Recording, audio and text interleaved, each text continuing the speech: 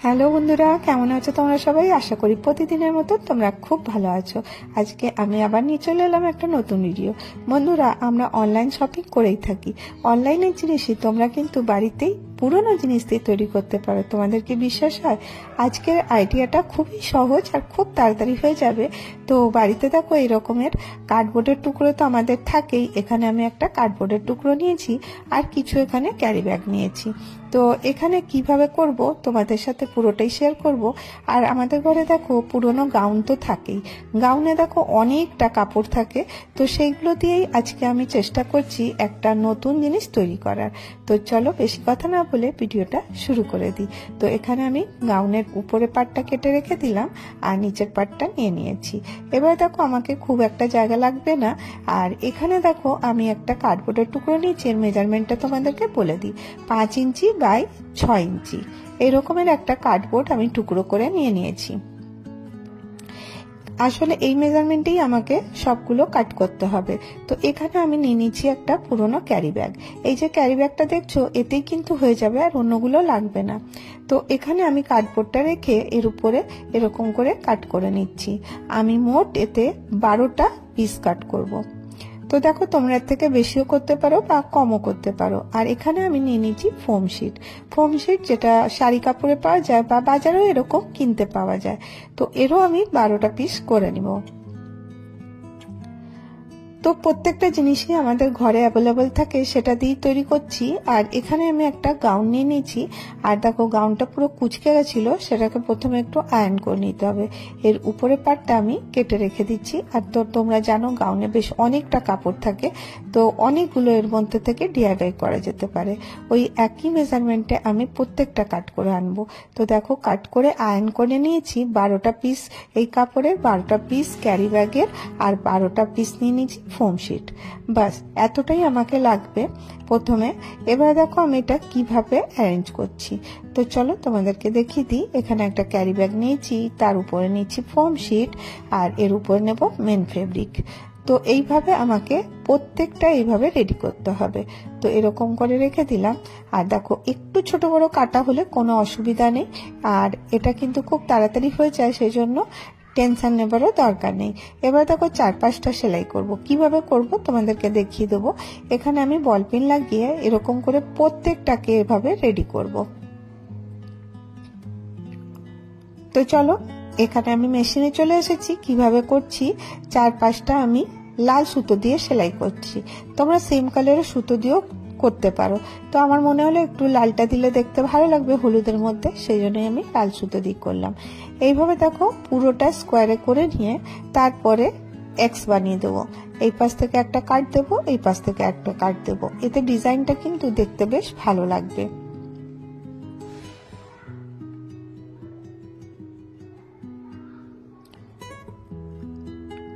এইভাবে দেখো অপর পাশ দিয়েও আমি এরকম করে করে নিচ্ছি। তো এটা পুরো ফিক্স হয়ে গেল। এবারে আমি প্রত্যেকটা এইভাবেই করে নেব। তো দেখো এরকম লাগছে।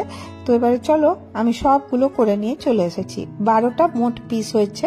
এবার দেখো এর সাইডগুলো এরকম করে কাট করে দেব, যাতে এটার ফিনিশিংটা দেখতে সুন্দর হয়। তো এইভাবে দেখো প্রত্যেকটা আমি কেটে নেব।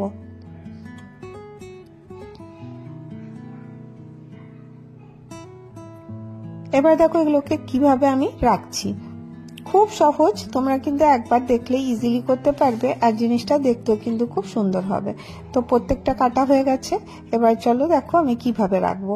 একটা এইভাবে রেখে এর উপর থেকে সেলাই করব। 3টে করে পিস আমি একসাথে করে নেব।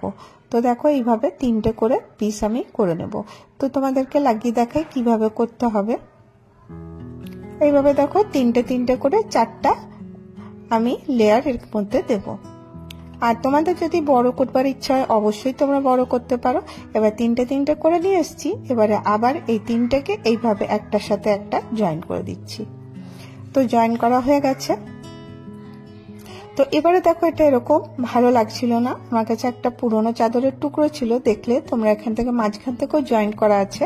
একটু বড় সাইজের নিয়েছি, তোমরা এটা আন্দাজ মতো নিতে পারো। এবার দেখো এটাকে আমি এরকম করে ডবল ফোল্ড করছি।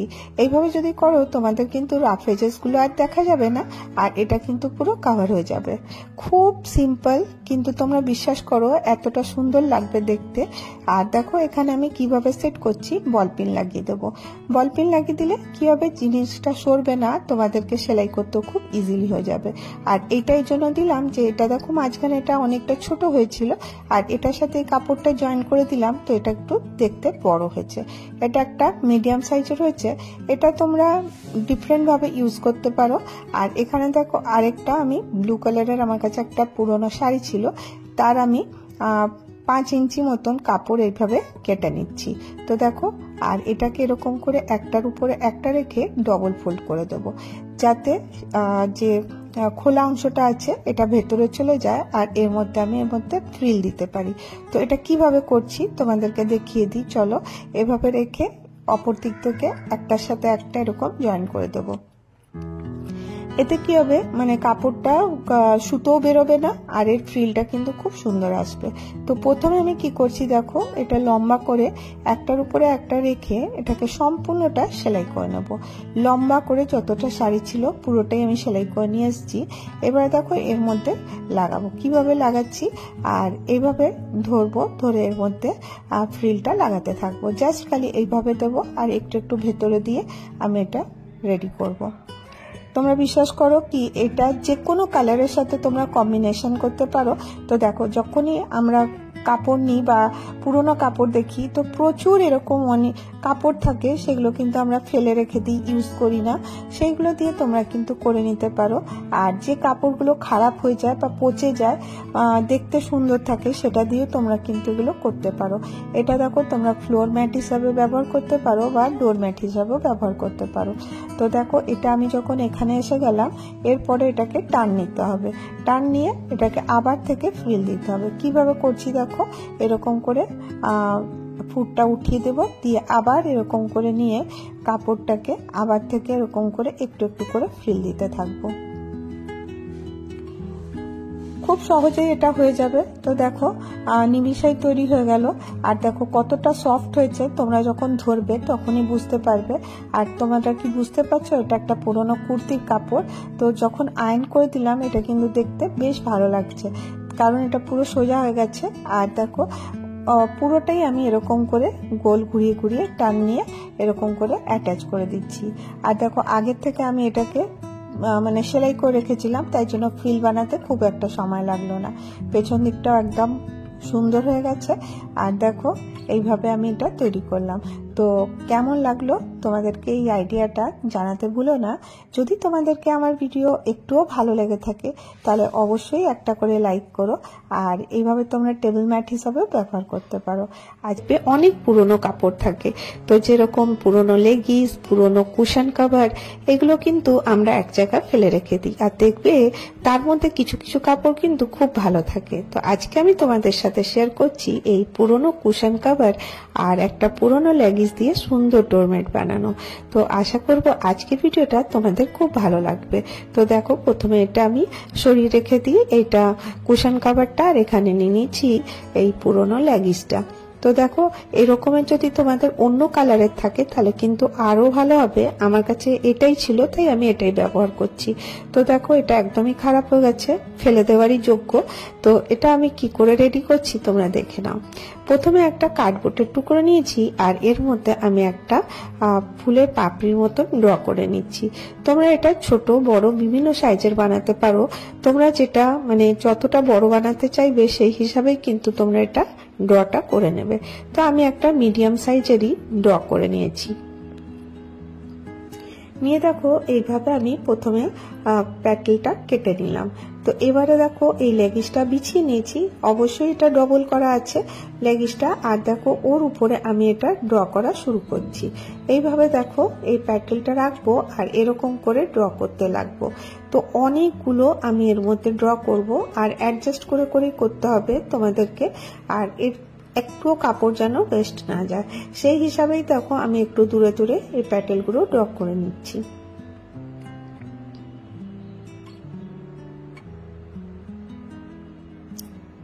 এইভাবে দেখো করে নেওয়ার পরে আমি এটা কেটে নেব। প্রত্যেকটা কিন্তু ডবল ভাবেই কাটা হচ্ছে, আর যদি তোমরা অন্য কাপড় দিয়ে করো ঠিক একইভাবে করে নেবে। তো দেখো আমি অনেকগুলো প্যাটেল কাট করে নিয়ে চলে এসেছি। এবার দেখো এগুলো ডবল ডবল রাখা রয়েছে। এবারে কি করব, প্রথমে এই দুটোকে এরকম করে ধরবো, ধরে একদম সমান করে ধরে দেখো এরকম করে ধরবো, আর এই পাবে সেলাই করে দেবো, আর নিচের অংশটা খোলা রাখবো। এইগুলোকে আমাকে প্রত্যেকটাকে করে নিতে হবে। এবারে এই যে মেন ফেব্রিকটা, এই ফেব্রিকটাকে এরকম করে রাখবো, আর এখানে একটা মেজারমেন্ট নেব। আমার কাছে একটা বড় ঝুড়ি ছিল, সেটাই আমি এখানে রেখে গোল করে নেব। তোমাদের কাছে যদি বড় থালা থাকে সেটাও ব্যবহার করতে পারো, আর আমাদের প্রত্যেকের ঘরে দেখবে এরকমের ঝুড়ি অবশ্যই থাকে। তো সেই জন্য আমি এটা এইভাবে ব্যবহার করছি। এতে কি হবে, পুরো কাপড়টা আমি ব্যবহার করতে পারবো। খুবই সহজ, খুব ইজিলি তৈরি হয়ে যাবে, কিন্তু এটার লুক কিন্তু খুব সুন্দর আসে, আর তোমরা কিন্তু ইজিলি এটা বানিয়ে ব্যবহার করতে পারো।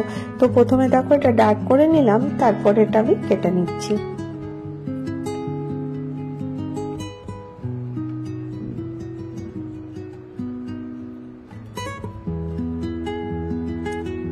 এইভাবে পুরোটা আমি কেটে নেব। তো তোমরা চাইলে কিন্তু যে কোনো কাপড় দিয়ে করতে পারো। আমার কাছে ওয়েস্ট কাপড় ছিল, আর দেখো এটা একটু ভেলভেটের মতন বলে এটা কিন্তু দেখতে বেশ ভালো লাগছে, সেই জন্য আমি এটা ব্যবহার করলাম। আর এই যে এগুলোকে আমি সেলাই করে নেব। তো দেখো আমি সেলাই করে নিয়ে চলে এসেছি। এইভাবে দেখো পুরোটা করেছি, নিচটা একটু অংশ খোলা রেখেছি। এবারে এটাকে আমি সোজা করে নেব।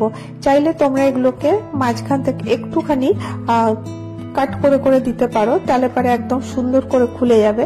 কিন্তু অনেকগুলো প্যাটেল ছিল আর সময়টা কম ছিল বলে আমি এমনি খুলে দিয়েছি, এতেও কিন্তু শেপটা খুব একটা খারাপ লাগছে না। এভাবে দেখো প্রত্যেকটাকে আমি এরকম করে খুলে নেব। তোমরা যে কোনো কালারের সাথে এটা কিন্তু কম্বিনেশন করে বানাতে পারো। তো দেখো আমাদের ঘরে তো এরকম কম্বিনেশন করা থাকে না, যেটাই আমাদের ভালো লাগবে ওইভাবেই কিন্তু কম্বিনেশন করে তোমরা বানিয়ে নিতে পারো। এটা অবশ্যই সিনথেটিক কাপড়ের আমি বানাচ্ছি, আর যদি কটন কাপড়ের হয় তাহলে কিন্তু আরো সুন্দর হবে। তো দেখো অনেকগুলো আমি বানিয়ে নিয়ে চলে এসেছি। এবার খালি এগুলোকে অ্যাসেম্বল করব। কিভাবে করব দেখো, এগুলোকে সুন্দর করে খুলে নেব, প্যাটেল গুলোকে ফুলের পাপড়ির মতন যেগুলো বানিয়েছি। আর এগুলোকে দেখো এই যে সোজা দিকটা আছে ওরই উপরে আমি এইরকম করে বসাবো। এখানটা একটু লক্ষ্য করে দেখো, তাহলে তোমাদের বুঝতে সুবিধা হবে। তো যতগুলো ছিল আমি এর মধ্যে অ্যাডজাস্ট করে দিলাম। তো দেখো এইভাবেই আমি কিন্তু সেলাই করে নেব। এগুলো কিন্তু এরকম করে ভেতরের দিকেই থাকবে। তো চলো মেশিনে চলে এসেছি, কিভাবে করছি তোমরা দেখে নাও।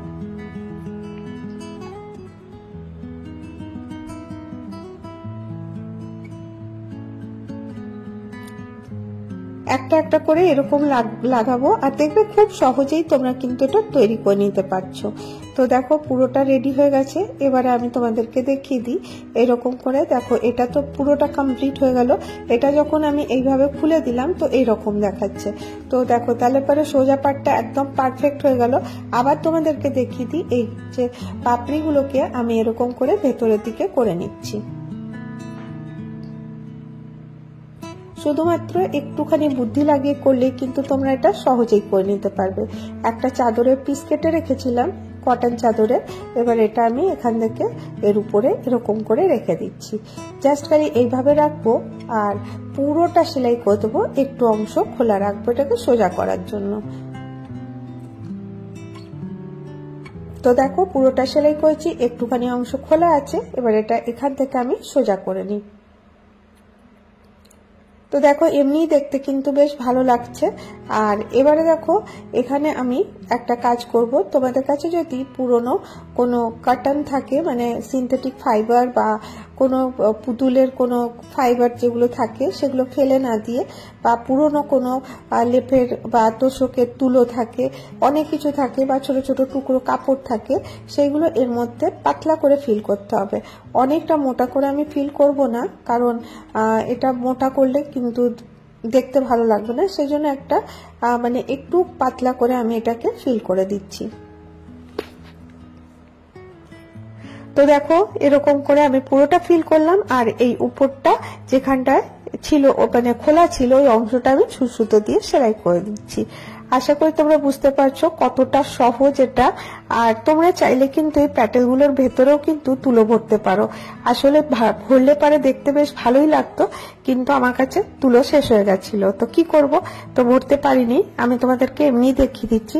আর যদি ভরা হতো জিনিসটা কিন্তু আরো সুন্দর লাগতো। এবারে দেখো কি করব, এখানে আমি একটা সুতো নেব আর এর মধ্যে আমি এটাকে এরকম করে করে একটু একটু করে সেলাই করে দেবো। দেখো বাড়িতে পড়ে থাকা জিনিস আমরা ভাবি এগুলো কোনো কাজের না, কিন্তু সেগুলো দিয়েও কিন্তু তোমরা সুন্দর জিনিস তৈরি করতে পারো। সুন্দর হয়েছে কিনা ওটা তোমরাই বলতে পারবে, বা এটা দেখতে ভালো লাগছে কিনা। তো দেখো আমার কাছে তো মোটামুটি ভালোই লাগছে। তো এটা পড়েই ছিল, কোনো কাজে আসছিল না, সেই জন্য আমি এটা ব্যবহার করলাম। আর দেখো নিজের হাতের তৈরি জিনিস দেখতে তো যেমন ভালো লাগে তেমনি কিন্তু ব্যবহার করতেও ভালো লাগে।